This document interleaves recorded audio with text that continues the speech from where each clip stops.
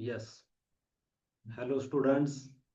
Today we will learn the very important topic of organic chemistry, and which is the most beautiful technique, which is infrared spectroscopy. This technique is one of the technique that we can use for the characterization of unknown compounds. Okay. So myself, Dr. Sharad Pasle, Department of Chemistry from Thakur College of Science and Commerce. Let's begin. This I will start to tell about the background, then the principle of IR, what is the actual instrumentation, how it will work, then concepts of vibrations called as modes of vibration, then what are the factors affecting on the functional groups, and few examples we will take, and finally the applications and limitations of IR spectroscope. See, the spectroscopy is the technique, the study of interaction between matter and electromagnetic radiation. So, example which is IR spectroscopy. This is concerned with the study of absorption of infrared radiation and which causes vibrational transition of bonds within the molecule. So another way it is called as vibrational spectroscopy. So let's begin again. So what is actually uh, the IR spectroscopy in between the electromagnetic spectrum? Okay. So see, this is the electromagnetic spectrum. Hope you remember last year also we have learned about this. See here, we'll start from the gamma rays up to radio waves. Okay, so gamma rays having higher frequency than the X-rays, then the UV rays, then the visible, then infrared, microwave, and radio waves. Okay, so we are exactly in between the radio waves and gamma rays, right? So we have less frequency than the visible and more frequency than the microwave, right? And you know the relation between energy and frequency, which is exactly inversely proportional or increasing the wavelength. Okay. Then in this infrared spectroscopy, suppose if we have thinking about the wavelength, okay. So wavelength is different here, UV, visible, infrared, and microwaves. Okay, so see here, the IR has again divided into three parts. One is near IR, another is middle IR, and far IR. Here, near IR and far IR is not useful to characterize the organic compounds. Okay, so we have to think only the mid IR or middle IR. And what is the range? Here we have already written 1.4 micrometer to 3 micrometer. Okay. So, so this X-ray. See here, X-ray means a lot of frequency. So there are chances of bond breaking. In UV visible is nothing but electronic spectroscopy. There are transition between electrons. Okay, so called as electronic spectroscopy. Like infrared, which we are going to learn today, is called as vibrational spectroscopy. So all molecules will vibrate among each other, right? Then the microwave is nothing but rotational spectroscopy, and the very soft, less frequency means radio waves, that is called as nuclear or electronic spin spectroscopy, right? So we are going to focus today. Infrared spectroscopy is nothing but vibrational spectroscopy. Okay. Yeah. Just now we have mentioned our focus is towards mid-IR frequency. Okay. So what is the wavelength? 2.5 to 5 micrometer. Okay. And you know the conversion of wavelength and wave number. Even in the class also we have learn so many examples how to convert wavelength into wave number. So it will start from 4000 centimeter inverse to 200 centimeter inverse. Okay. So this is the appropriate for the IR spectroscopy because it gives fully IR peak on IR spectrum. Okay, so we'll focus on middle IR. See here in the last slide, you can see the instrument. Okay, so we have even modified instruments than this. Okay, so in this instrument, we have to prepare some samples. Always samples are in solid or liquid. Both way we can keep in the instrument.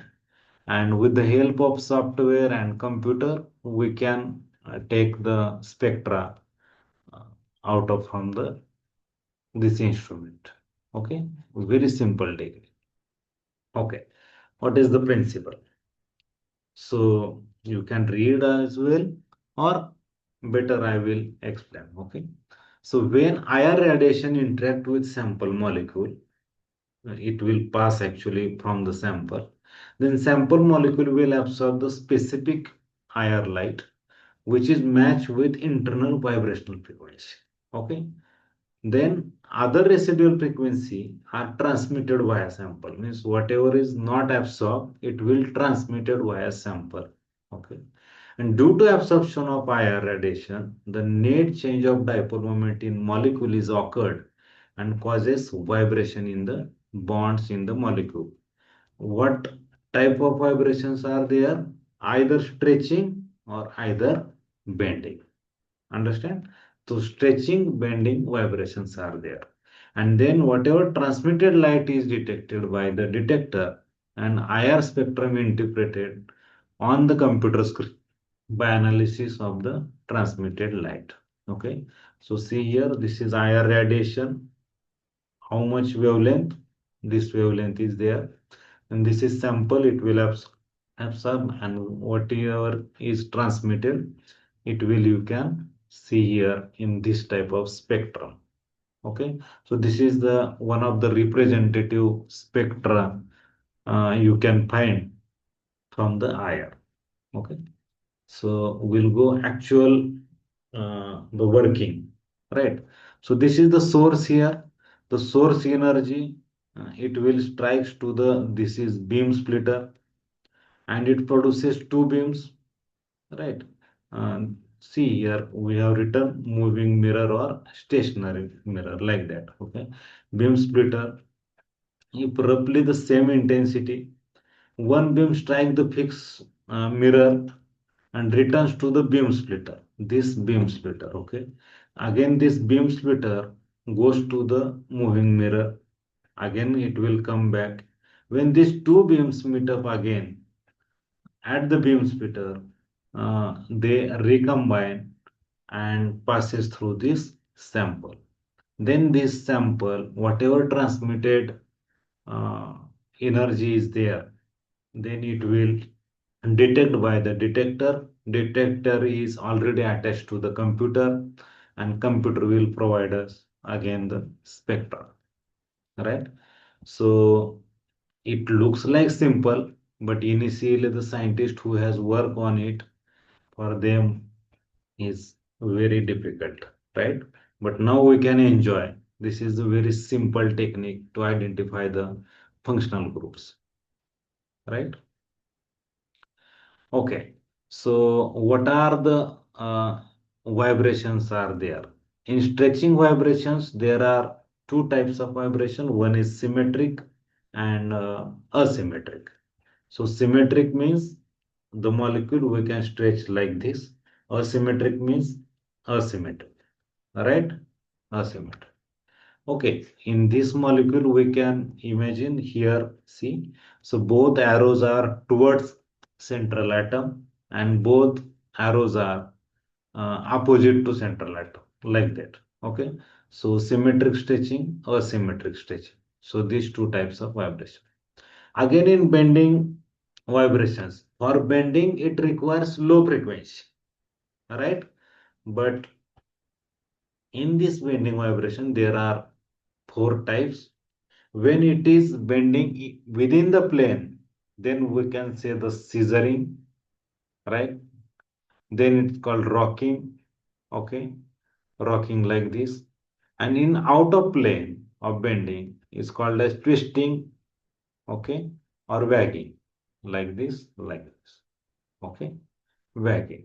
So you can see even I have draw very nice images, okay, and you can enjoy it, okay. So once you understand, there is no need to remember what type of modes of vibrations are there, okay. Okay, so in more detail, these are the diagrams. So rocking, scissoring, wagging, and twisting. So wagging and twisting are the out of plane. Okay, so hope you understand the modes of vibrations, and which is very basic and very important to understand the IR spectroscopy. So what are the conditions or criteria to work the which molecule is active for IR? Okay, this is also important topic. When applied infrared frequency in equal to natural frequency of vibration, the absorption takes place and the peak is observed. This is also important phenomenon. Then only molecule gives IR absorption. Only molecule means uh, atom it will not absorb IR like that. Okay, only molecule has the positive response. Then molecule must have a dipole moment. It means the compound which don't have the dipole moment, like CO2, carbon dioxide, symmetrical molecule. Okay, so zero dipole moment. So which is inactive for IR spectroscopy. Understand the example? Okay. So other compounds all are having the dipole moment. They are those molecules are active for IR spectroscopy. Then the modes of vibration of the molecule should not be center of symmetry. Center of symmetry, like uh, what type of example we can take is benzene. Okay, so that is not possible. The molecule should be polar. That is also another condition. Okay, so these are the basic conditions required to have a dipole moment or permanent dipole moment. Okay, we'll move the next one. Then how to calculate the degree of freedom?